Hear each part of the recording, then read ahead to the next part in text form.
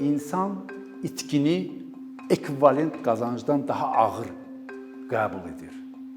Adi misallarla da deyə bilərik bunu. Şərti olaraq buradan çıxıb gedirik və avtobusda görürsünüz ki, bir 100 manat düşüb və heç kimdə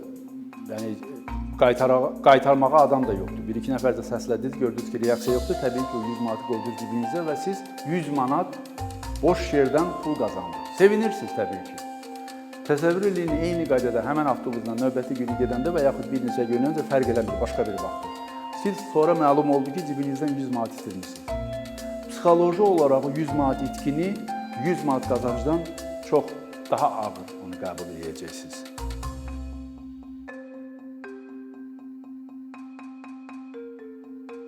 Deməzdim yeni termindir, yeni bir mövzudur. Əslində tarixçəsi uzundur. Ancaq hər halda indi kifayət qədər üzdə olan və çox saylı mübahisələrə səbəb olan bir istiqamətdir. O baxımdan hesab elədim ki, maraqlı ola bilər sizin üçün də, bizim bax belə müzakirəmiz üçün də. Öncədən görək bütövlükdə bir lakonik şəkildə tərifi nədir bu davranış iqtisadiyyatının? Ümumən desək, psixoloji amillərin iqtisadi qərar qəbul etməmizə təsirləridir. Yəni, göründüyü kimi davranış iqtisadiyyatı iki böyük sahənin, iki böyük elm sahəsinin simbiozudur, konsensusudur, bir yerdə faktiki olaraq bir istiqamət kimi təzahür etməsidir. Bu kitabları mən hər ehtimala qarşı hesab elədim ki, görsəniz yaxşıdır. Mən əminəm ki, ən azından internetdə bu və ya digər halda görmürsünüz. Richard Thaler hansı ki 2017-ci ildə Nobel mükafatı aldı. Elə bu Nəcm, Yüngül Təkan kitabına və nəzəriyyəsinə görə bu kitab çox məşhurdur. Yenə onun kitabı bir qədər öncə yazıb. Qalibin lənəti, belə bir kitab və bu kitabı yəqin ki bilirsiniz. Bunun Azərbaycanda tərcüməsi də var. Azərbaycanda tərcüməsi gedir Yavaş-yavaş fikirlər, tez qərar qəbul elə. Məşhur Daniel Kahneman'ın kitabıdır. Bu da Nobel mükafatı laureatıdır və 2002-ci ildə alıb Nobeli və üçüncü bir şəxs də var. Adı burada hallanmır, onu da biləsiniz ki, yəni son 2002-dən bəri nə qədər eləyir? 20 il eləmir.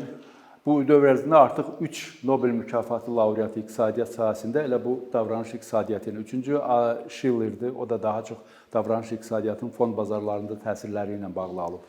Beləliklə bu kitablar, əgər indiyə qədər belə deyək, varaqlamamışsınızsa, mən məmnuniyyətlə istərdim sizə təklif edeyim ki, bunun Azərbaycan dili versiyasında olmağını nəzərə alıb, kitab mağazinində elə orada da varaqlamaq olur. Olduqca bir nəfəsə oxunan kitablardır.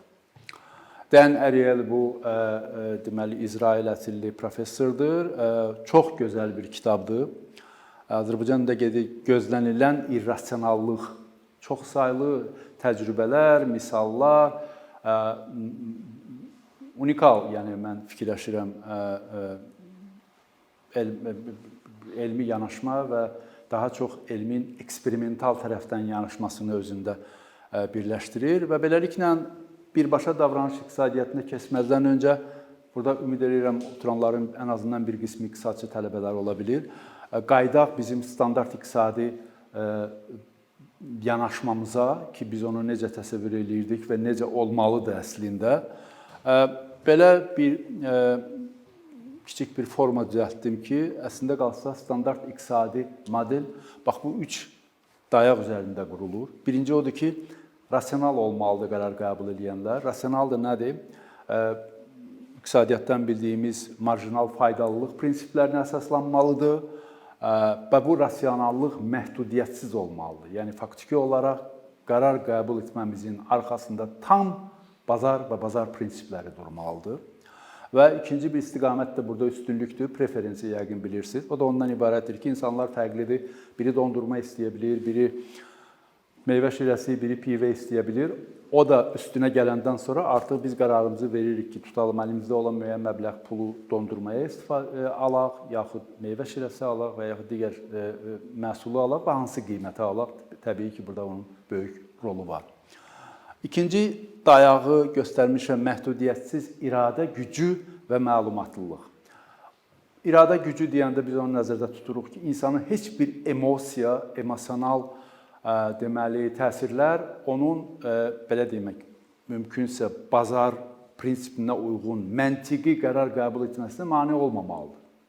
Şərti olaraq mən bu gedib hansısa bir işi görməliyəm, çünki bu mənim işim üçün və yaxud özümün pul qazanmağım üçün vacibdirsə və burada hər şey məntiqidirsə, mənim yorğunluğum, mənim belə deyək, divandan durub tənbəllik getməyim bu olmamalıdır. Bu artıq emosiyadır, bu artıq psixoloji amillərdir. Bunlar qoyulur kənara və bir də məlumatlılıq olmalıdır. Mən maksimum məlumatlı olmalıyam ki, şərti olaraq Bakı şəhərində bugün özümə eynək almaq istəyirəm. Mən bilməliyəm ki, Bakıda eynəklər hansı qiymətlər civarındadır və mən ən optimal qiymətə özümü eynək almalıyım. Əgər məlumatım azdırsa, risk var ki, mən gedib daha bahalı, daha belə deyək, faydalılığı az olan məhsulu alacağam. Bu da tam məlumatlılığı özündə əks etdirir və nəhayət eqoizmdir. Yəqin bilirsiniz, məşhur Adam Smith'in bir həmişə onun kvota kimi istifadə edirlər. Deyimi var, deyir biz şam yeməyimizi qəssabın, pivəçinin, nə bilim, çörəkçinin xeyirxahlığından deyil, onların öz maraqlarına hörmətindən gözləyirik. Yəni çox önəmli bir deməli deyimdir və bu deyimin üzərində də son bir neçə yüzilliklər iqtisadi prinsiplər, iqtisadi məntiq onun üzərində durulur. Problem ondadır ki, bunların heç biri real həyatda təmiz halda olmur. Yəni biz bunlarla razılaşırıq, ancaq gündəlik qayğılarımız, gündəlik qərar qəbul etməyimiz və s. və ilə axır baş verir çoxsaylı digər səbəblərin üzündən. Nədir onlar? Onları mən sizin üçün təxminən ayırdım bir 8 baza prinsipinə, misallarla çalışacağım, izah edeyim və müəyyən bir təsəvvür yaranacaq ki, davranış iqtisadiyyatı nədir? Davranış iqtisadiyyatının ən üzdə olan və eyni zamanda tez-tez istinad edilən prinsipi, baza prinsipi çərçivələmə deyilən, İngiliscə ona framing deyirlər, bu prinsipdir. Bu o deməkdir ki, bizə ötürülən informasiyanı olduğu kimi qəbul edirik. Bu halda bayaq dediyimiz marjinal faydalılıq və preferensiya bunlar qalır arxa planda. Başa düşmək üçün framingi mən sizə bax bu misalı göstərim. Sizcə xəttlərin hansı uzundur? Framingin də mənasıdır ki, onlar hamısı eynidir. Sadəcə olaraq görürsünüz, oxlar açmaq və bağlamaq tamam onu fərqli göstərir bizə. Və yaxud burada da həmən prinsipdir. Və bu qara dairə eynidir. Eyni ölçüdədir. İnanmaya bilərsiniz, ancaq ölçmək olar. Yəni eynidir. Sadəcə olaraq böyüklərin əhatəsində balaca görünür, balacaların əhatəsində böyük görünür. Framing budur. Misallarla necə izah edə bilərik? Şərti olaraq gedirsiniz bir supermarketə və arıqlamaq istəyirsiniz, marağındasınız ki, minimum yağlılığı olan bir şey alırsınız. Birinin üstündə görürsünüz yazılıb ki, yağlılığı nə bilim bir 10%-dir. Digərində yazılıb ki, 90% yağsızdır. Sizə birinci təzir eləyən və sizin üçün qərar qəbul etməyinizə marağı olan ikinci hissə olacaq ki, aha, yağsızdır və çox demək olar ki, 90% 100%-ə yaxındır. Və yaxud heç kim rastlaşmasın, bir cərrahiyyə əməliyyatı keçirmək və yaxud qohumlarınız keçirmək istəyir. İstənilən halda maraqlanırsa cərrahla, nə cür cərrahdır, bunun background-u nədir, nə qədər təhlükəsizdir və professionaldır işində. Eyni cərrah haqqında iki söz deyə bilər. Bu adamın indiyə qədər bütün elədiyi əməliyyatların içində 90% uğurlu olub. Bu bir deyimdir. Yaxşı cərrahda ancaq indiyə qədər 10% ölüm olub. Eyni şeylərdir və bu ikincini deyəndə təbii ki, biz çəkinəcəyik. Və bu misallardan çox çəkmək olar. Beləliklə, framing, yəni çərçivələmə çox önəmli və mən deyərdim, birinci baza prinsipi kimi bizim qərar qəbul etməyimizə çox böyük təsirlər göstərir. Sonra artıq onların biznesdə və digər yerdə istifadəsi haqqında danışacağım. Bu sıradan ikincisi pərçimləmə adlandırdım, anchoring deyirlər. Bu o deməkdir ki, bir ilkin məlumata, evristik məlumat deyil, evristik haqqında biraz sonra danışacağıq. Evristik məlumatda insan əsaslanır və onu qərar qəbul etməsinə qərəzli təsir göstərir, irrasional təsir göstərir və yaxşı deməli qərar qəbul edə bilmir. Və burada əsas söz odur ki, başlanğıc nöqtəsi böyük önəm daşıyır qərar qəbul etmədə. Təsəvvür eləyin, çox bahalı bir butikə girmisiniz, ya Bakıda, ya xaricdə fərq eləmir. Yaxşı bir köynək almaq istəyirsiniz, nə bilim, hansısa bir VIP məclisinə girmək istəyirsiniz. Girən kimi göstərirlər sizə köynək 1200 manat. Ola bilir belə bir şey. Və təbii ki, gözünüz kəlləyə çıxır, nəsə köynək almalısınız, çox bahalı köynək almalısınız. Sonra gedirsiniz və deyir ki, prinsipcə onunla ən azından formacan fərqlənən bir köynək 100 manat. Köynək almağa gəlmişsə, siz o 100 manatlığını alacaqsınız. Variant yoxdur. Ancaq o 1200-ü sizə göstərməsəydi, müəyyən mənada tərəddüd eləyərdiniz. 100 manatlıq köynək alınmı? Çox önəmli bir növbəti prinsip yenilməz xərclər, mən bu cür tərcümə elədim. Batmış xərclər də deyirlər, İngiliscədə sunk cost-dur. Onun çox vacib olmasıdır. Ümumiyyətlə, iqtisadiyyatda sunk cost nədir? Gəlin onu bir yadımıza salaq. Yəni, istənilən bir şərti olaraq bir trikotaj fabriki tikmək istəyən nə edir?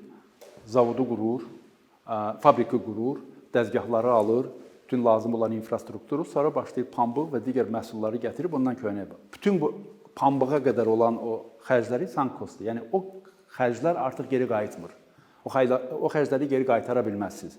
Sabah bazar köynək istəməzsə, siz o çəkdiyiniz xərcləri artıq qaytara bilməzsiniz. Pambığı almaya bilərsiniz. Bu xərcləri artıq çəkmişsiniz. Bunlar sunk cost-dur. Çox önəmli bir, deməli, vacib bir məqamdır. Ümumiyyətlə, iqtisadiyyatda, qərar qəbul etmədə. Davranış iqtisadiyyatında bu orada özünü göstərir ki, artıq ödənilmiş və hətta marjinal xərclərə təsir etməyən xərclər, yenilməz xərclər qərara çox böyük təsir göstərir. Təsəvvür eləyin ki, maşallah, cavan gənclər və idman eləmək istəyirsiniz. İki opsiya var. Bir odur ki, vaxtınız olanda gedirsiniz idman zalına və idmanla məşğul olub formanızı saxlayırsınız. Bir başqa opsiya da odur ki, görürsünüz ki, hər dəfə gedəndə ay ərzində bahalı çıxır. Gəlin, mən bir abonement alım. Abonement alanda təbii ki, bir qədər ucuz çıxır, ancaq abonementin yenilməz xərc problemi var. Siz məcbur olub getməlisiniz. Çünki getməsəniz pul vermirsiniz, batır. Birinci halda getməyə bilərsiniz. Bugün gedirəm, pul verirəm, sabah gedirəm, pul vermirəm. İkinci halda abonement sizi müəyyən mənada məcbur eləyir ki, gedəsən. Yaxşıdır, pisdir, o ikinci məsələ. Əmin olun ki, birinci ilə müqayisədə bu abonementin olmağı sizin qərarlarınızı bir xeyləm dəyişdirir. Razısınızmı? Bax, bunlar hamısı yenilməz xərclərlə bağlı vacib məqamdır. Bir dördüncü baza prinsipi elə discount, səhv endirim prinsipi kimi deyirlər.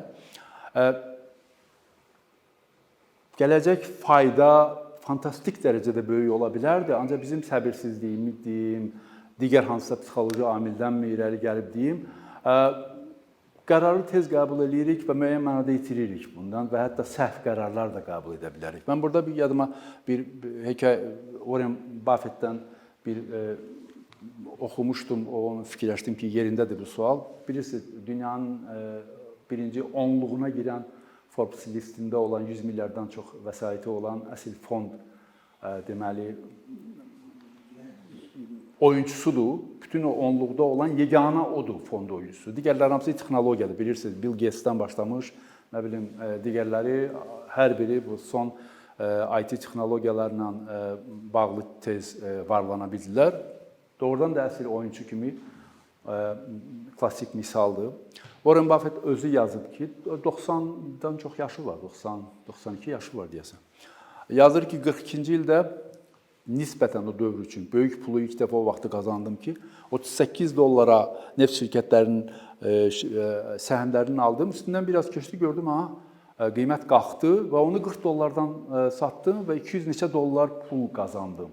Sevindim ki, görürsünüzmü, mənim uğurlu. Üstündən bir ay keçməmiş həmən aksiyalar oldu $200.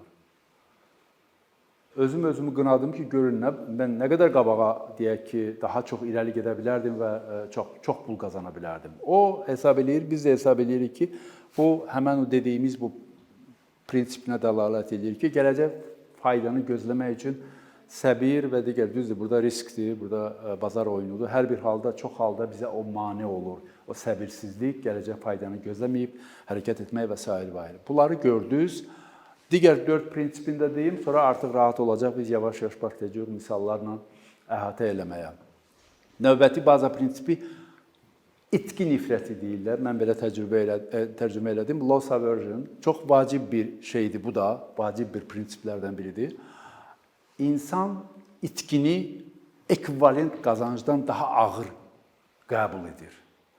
Adi misallarla da deyə bilərik bunu. Şərti olaraq buradan çıxıb gedirik və avtobusda görürsünüz ki, bir 100 manat düşüb və heç kim də qaytarmağa adam da yoxdur. Bir-iki nəfər də səslədiniz, gördünüz ki, reaksiya yoxdur. Təbii ki, o 100 manatı qoydunuz cibinizə və siz 100 manat boş yerdən pul qazandınız. Sevinirsiniz təbii ki. Təsəvvür edin, eyni qaydada həmən avtobusla növbəti günü gedəndə və yaxud bir neçə gün öncə fərq eləmir, başqa bir vaxtdır. Siz sonra məlum oldu ki, cibinizdən 100 manat itirmişsiniz. Psixoloji olaraq 100 manat itkini 100 manat qazancdan çox daha ağır onu qəbul edəcəksiniz. Bu da yəni yalnız subyektiv fikir deyil, ümumi qəbul edilmişdi, eksperimentlər üzərində həll olunmuşdu. Qrafikdə belə görünür bu itki lənəti, nifrəti. Prinsipcə bilirsiniz, bu deməli gəlirliyimizin ümumi qaydadır bu. Gəlirliyimizin dəyəri, onun bizim üçün önəmi gəlirin həzmi artdıqca azalır. Yəni şərti olaraq bu gün universiteti qurtarırsınız, bir biznes şirkətinə işə düzəlirsiniz, hansısa layihələr də sizə verilir. Bir yaxşı bir layihəni əldə edə bildiniz, bonus kimi bir 10.000 manat sizə pul verirlər. Fantastik rəqəmdir, 10.000 manata hər şey eləmək olar deyirsiniz. Siz dəhşətli dərəcədə göyün 7-ci qatındasınız. Sonra başlayırsınız yavaş-yavaş işləməyə, sonra 10.000-lər, 20.000-lər, müəyyən bir dövr üçün sizin üçün artıq 10.000, 15.000, 20.000 elə bir böyük pul deyil. Artıq onun o meyilliyi düşür aşağı. Bu ümumidir, ancaq bu qazancla itki arasında özünün fərqli deməli proporsiyaları var. Fikir verirsiniz, bax burada, bax bu kvadrat qazancın kvadratı. İtkinin kvadratına nisbətdə çox azdır. Çünki bayaq dediyim kimi itki daha ağır. Deməli onun təbii ki itkidirsə onun artıq sizin üçün önəmi, dəyəri yox, əksinə itkiniz kimi və bu doğrudan da qazanca baxanda bu elədir, çox ağır qarşılanır. Fond bazarında da elədir. Bayaq mən Buffettdən misal gətirdim. Fond bazarında işləyənlər niyə böyük risklərə getmirlər həm də? Çox ağır qarşılayır itkini. Hətta eyni məbləğdə pul qazanırsa, sevinir belə o qədər sevinmir. Ancaq itirəndə pulu göz qabağında real səhmləri bu qədər qiymətə olan və birdən fantastik dərəcədə kollapsa uğrayan səhəm qiymətləri ona çox ağır təsir göstərir. Ona görə bu prinsip hər bir halda qüvvədədir. Bir növbəti prinsip odur ki, həddən artıq güvənmə. İnsanın bir daxili bir psixoloji özünə bir ustanovkası belə demək mümkünsə var ki, biz mövcud məlumatları analiz etmirik və müəyyən bir uğurumuz əmələ gəlirsə, biz buna o qədər böyük bir qiymət verir, bir ifrat inam yaradır bizdə ki, problemlər yarada bilir bizə. Həmən o həddən artıq güvən. Məşhur Mark Twain'in bir deyimi var, burada da onu yerində də istərdim, onu sizə xatırladım. Deyir, sizin probleminiz nə isə bilməməyində deyil. Probleminiz əmin olduğunuz, ancaq yanlış olan qərarınızdadır. Siz tam əminsiniz ki, bu budur. Məlum olur ki, elə orada da əslində problem də orada imiş, siz onu tam əminlik sizi bir qədər çox həddən artıq güvənc gətirdi sizə. Məsələn, basketbol oynayır oyunçu, əlbəttə xeyli məşq eləyib, ard-arda səbətə topları atır, demək olar ki, hamısı düşür. Onun aləmində bundan sonra bütün topları səbətə düşəcək. Yox, elə deyil. Qumarbazda da elə olur, kazinoda oynayanda da elə olur, nə bilim, digər əksər lotereyada da belə olur. Yəni, bu insana, məhz bu davranış spesifikası çoxlu problemlər yaşadan o məqamlardan biridir. Bir prinsipdə status quo qərəzi adlandırmışam mən. Mən deyəndə ki, belə tərcümə eləmişəm. Status quo bilirsiniz, mövcud status və ona uyğunlaşır insan və marjinal faydanı, marjinal xərci bunları müqayisə etmək əvəzində bir default variant kimi qərarı qəbul etmək üçün elə o status quo ilə hərəkət edilir. Məsələn, şərti olaraq siz hesab eləyirsiniz ki, Apple işlədirsiniz və seçim böyükdür. Ola bilir ki, daha yaxşı device'lar çıxıb, təbii ki, o Mac deyil, digər brenddir, digər proqram təminatıdır, digəridir. Siz ona default kimi özünüzdə artıq bir inam yaratmışsınız ki, yox, elə nədirsə budur və mən bunun da təkmil variantını seçəcəyim. Əslində bu belə deyil, bu 100% elə deyil. Belə bir eksperiment aparırlar, artıq adından çıxıb bu Dan Ariely'nin eksperimentidir, ya Kahneman'ın eksperimentidir. Artıq yeni dövrün eksperimentidir. Amerikanın məktəblərində, universitetlərində eləyib. Uşaqlara, tələbələrə kiçik bir anonim sorğu üçün deməli kağız veriblər ki, sizcə burada oturan böyük bir auditoriya, 100-ə qədər tələbə, neçəsinin iPhone-u var? Və cavablar gəlir, yoxlayırlar. Yoxlayandan sonra adla yoxlayırlar ki, bu cavabları kimlər verir? Məlum olub ki, iPhone-u olanlar hesab edir ki, auditoriyanın böyük əksəriyyətinin iPhone-u var. Olmayanlar əksinə hesab edir ki, iPhone hər adamda yoxdur və prinsipcə digər telefonlara baxanda azdır.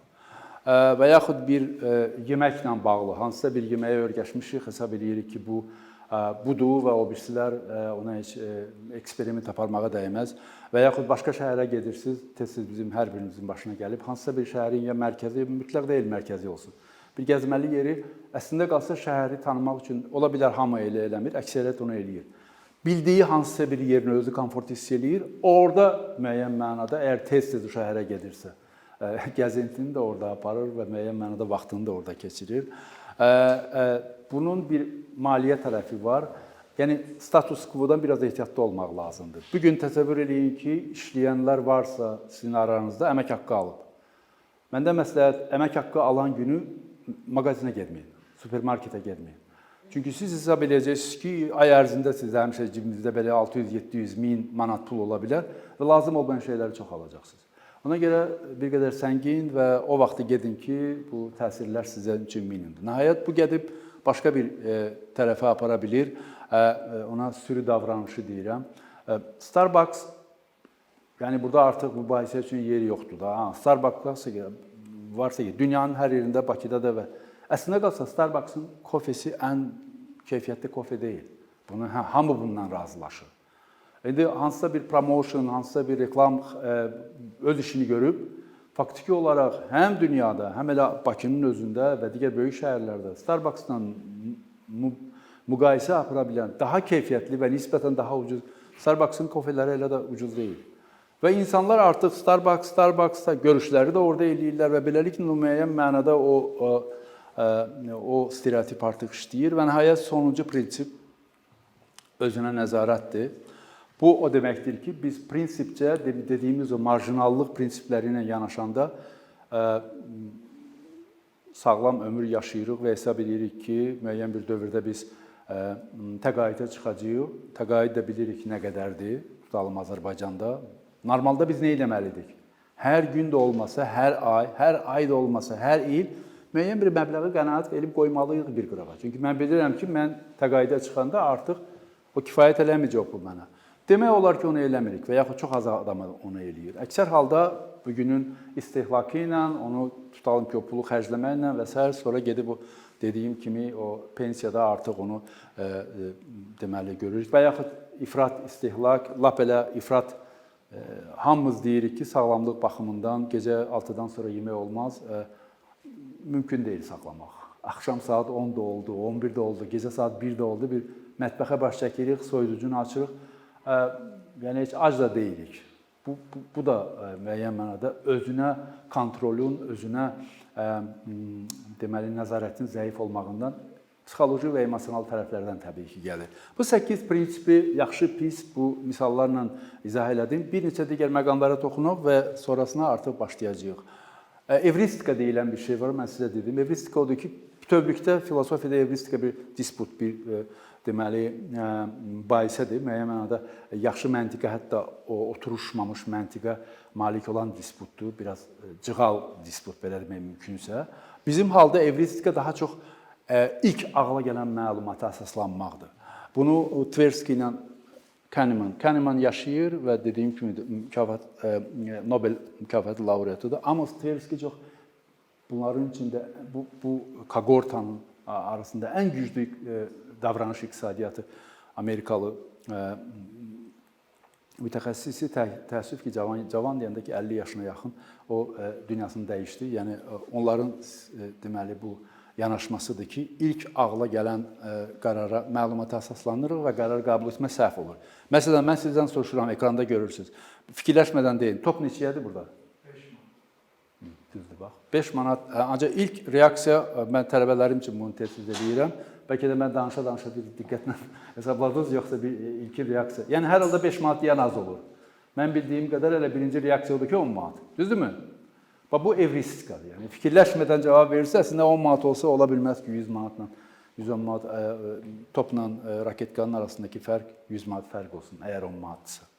Bax, belə məsələlər təbii ki, davranış iqtisadiyyatına təsir edən məsələlərdir. Fond bazarı ilə bağlı bir kəlmə deyim. Əslində qalsa, çox faydalı bir şeydir. Əgər fond bazarı bu elementlərdən, bu alətlərdən istifadə edib varlanırsa və varlanır da.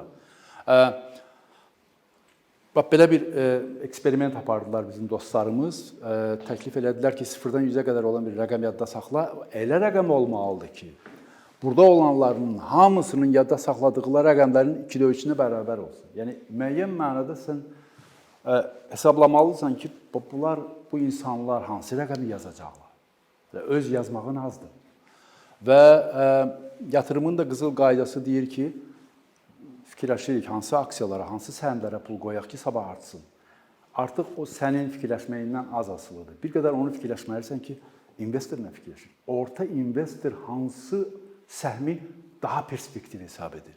Və ona oxşar da gözəllik müsabiqəsi. Bilmirəm, hər dəfə biz narazıyıq ki, bu o qədər gözəl qızların içində niyə bunu gözəl seçdilər? Onu biz seçmirik. Onu müsabiqə, münsiflər heyəti seçir. Müəyyən mənada investor kimi onların artıq təsəvvürünə uyğun seçimdir. Bütün bunların, bayaq dediklərimiz, bunlar əslində qalsa negativ şeylərdir. Negativ, o mənada negativ ki, qərəzli edir bizi. Bizim oturuşmuş iqtisadi qanunlardan uzaqlaşdırır. Yanlış qərarlar qəbul edir. Özümüz üçün, cəmiyyət üçün, ətraf üçün və prinsipən yaxşı bir şey deyil, belə demək mümkünsə. Və bu halda, bayaq qeyd elədiyim Richard Thaler'in böyük bir nəzəriyyəsi çıxdı. Kitabı da gördünüz əvvəldə. Yüngül təkan. Yəni, ideya ondan ibarətdir ki, siz insanlara qadağa eləyə bilməzsiniz. Bunu etməyin. Ancaq elə bir şərait qurmaq lazımdır ki, insanlar onu özlərinki bilib o cür etsinlər. Seçim arxitekturası deyilən məşhur bir teoriya ona uyğun olmalıdır. Və onunla da bağlı yaxşı bir nəzəriyyəsi var. Libertarian paternalizm. Bilirsiniz, bunlar iki söz istiqara oxşar bir şeydir. Yəni, libertarian bilirik kimlərdir, paternalizm də əslində qayğısı olan. Yəni, bunlar bir yerdə əslində mümkündür, bir yerdə mümkündür. Və bu bir yerdə olmağının əsas qayəsi odur ki, kömək et, amma seçim imkanını əlindən alma. Bu pandemiya ilə bağlı bu tezislərə o qədər böyük ehtiyac oldu ki, nəinki Azərbaycanda, demək olar ki, dünyanın əksər ölkələrinin hökumətləri bundan istifadə eləmədilər. Elə ancaq o oldu ki, maska tax, nə bilim, sosial məsafəni saxla. İnsanlar deyir ki, mənə nə etmək lazım deyil, onu demə. Və bu bir Azərbaycanlının problemi deyil, bəşəriyyətin problemidir. Bax, bu priyomlardan, bu fənlərdən istifadə edib təbii ki, daha yaxşı idarə eləmək olardı. Bilirsiniz ki, pandemiya dövründə nə qədər dünyada protestlər oldu. Mənə elə gəlir ki, böyük mənada bu davranış iqtisadiyyatının fəndlərindən az istifadə ilə bağlı oldu. Biznesdə, ümumiyyətlə, davranış iqtisadiyyatı, Səbinə bayaq qeyd elədi, doğrudan da elədi, ən çox ondan yararlanan biznesdir və başa düşüləndir, pul qazanır ondan. Biz davranışımızı təkmilləşdirə bilirik, ondan uzağa getmirik. Uzağa başa təkmilləşdirmək, olsun da. Biznes isə ondan doğrudan da pul qazanır. Marketingin demək olar ki, bel sütunudur. Çox rastlaşırsınız. Havayı gücü deyirlər ona.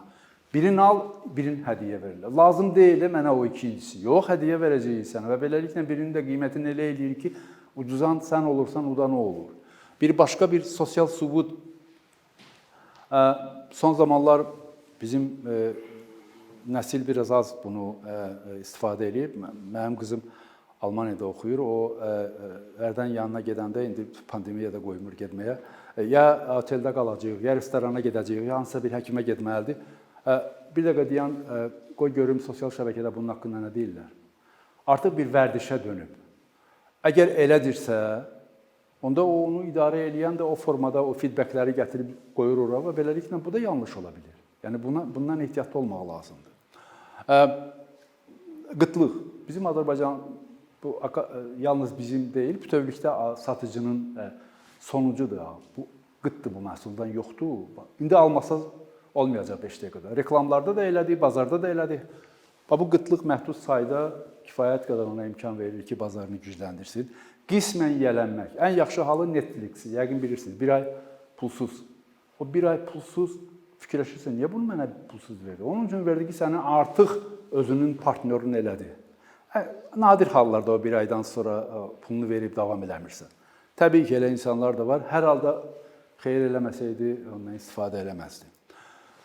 Digər şeylər var. Birinin haqqında danışım. Bu üstün alternativ. Tələdir əslində bu. Bayaq dediyim 1200 manata köynək, 100 manata aldığın köynəyin yanında tələdir.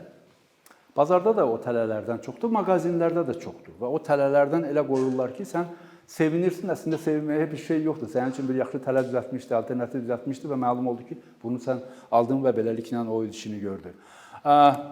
Burada mən istərdim bu biznesdən bağlı bitirim və nəhayət bir neçə kəlmə nəticə ilə bağlı və bilmirəm, bizim vaxtımız. Nəticə nədir? Gündəlik iqtisadi qərarları iqtisadçılar vermir. Adi insanlar verir. Onlar iqtisadçı olmaya da bilər. Əslində elə çoxumuz iqtisadçı deyilik və bu iqtisadçı kimi qərar vermirik. Və belə olan halda o psixoloji amillər o qədər müəyyən mənada bizə təsir eləyir ki, dediyimiz o rasional iqtisadi yanaşma artıq qalır arxa planda və davranış iqtisadiyyatı üçün belə bir böyük bir, belə deyək, cəbhə yaranır. Eyni zamanda o da qeyd edilir ki, irrasional davranış, hansını ki biz artıq qəbul edirik ki, doğrudan da davranışlarımız irrasionaldır, xaotik deyil. Yəni o elə deyil ki, biz artıq bunu mümkün deyil bunu idarə eləmək, bunu artıq bizdən asılı deyil. Bu müəyyən, bunun özü də, bu irrasionallığın özü də müəyyən qanuna uyğunluğa söykənir. Bu qanuna uyğunluğu öyrənən həmən o davranış iqtisadiyyatı sahəsidir. Və biraz da qabağa gedək. Həmən o iqtisadi insanın davranışını idarə etmək mümkündür. O yüngül təkan nəzəriyyəsi ona deməli söykənib. Nə bilim, televizordan bir sosial çarx gəlir. Azərbaycanda hər 10 nəfərdən 9-u vergini vaxtında və tam ödəyir. Mən də vergi ödəyicisi kimi deyirəm, mən birdən gecikə bilərəm. Azərbaycana demək olar ki, bütün əhalisi vergini tam vaxtında ödəyir. Gör, nə gözəldir.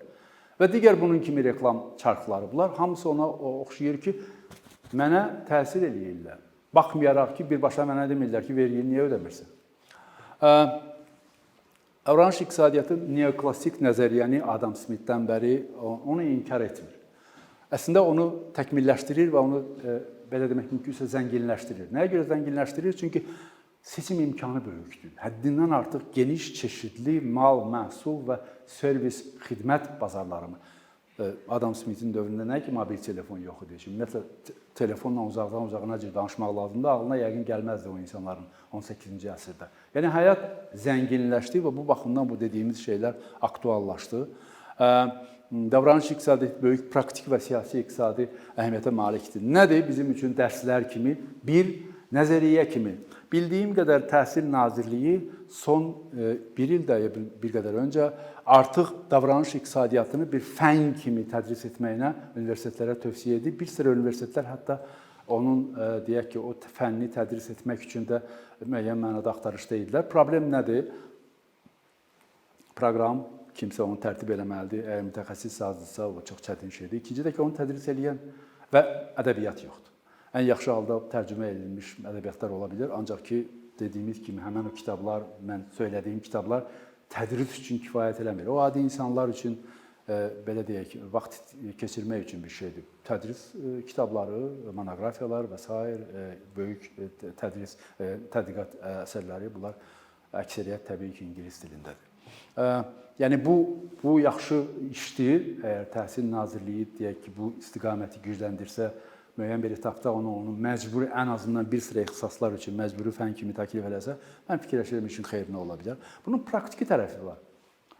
2010-cu ildə səhv etmirəmsə, hələ David Cameron, Böyük Britaniyanın o vaxtki baş naziri, Richard Taller'i dəvət elədi, dedi ki, Britaniya üçün bax belə bir behavioral insight, belə bir komanda yaradıq və yaradıldı. Cameron'dan bu yana bəlkə də 6-7 dənə baş nazir dəyişilib. O komanda çox yaxşıdır, maraq üçün bir internetdə bir axtarış aparın. Cavan, gənc kadrlar, təhsil sahəsi, sığorta sahəsi, ictimai səhiyyə, psixoloqlar, iqtisadçılar, marketinq, dövlət üçün, siyasəti üçün işləyirlər. Yəni, dediyimiz o marketinq aydındır, bu biznes və pul qazanmaqdır. Dövlət bundan istifadə eləməlidir. Bayaq dediyim kimi, o qədər dövlət əhəmiyyətli işlər var ki, o ideyalar çox xeyirli ola bilərdi. Və nəhayət tutalım, o da yox, bu da yox Azərbaycan üçün. Heç olmasa öz davranışımızı bir qədər təkmilləşdirək. Belə demək mümkünsə, az aldanaq. Çünki dediyim o tələlər, o digər ona oxşar şeylər tələdir. O bizi aldadırlar, ona görə ki, qarşı tərəf daha yaxşı yiyələnli bu fəndlərə. Biz isə təəssüf ki, itirilən itki tərəfi kimi oluruq və son anda da ona gətirib çıxarır ki, prinsipcə bəli, bizdən manipulyasiya edib istifadə edirlər.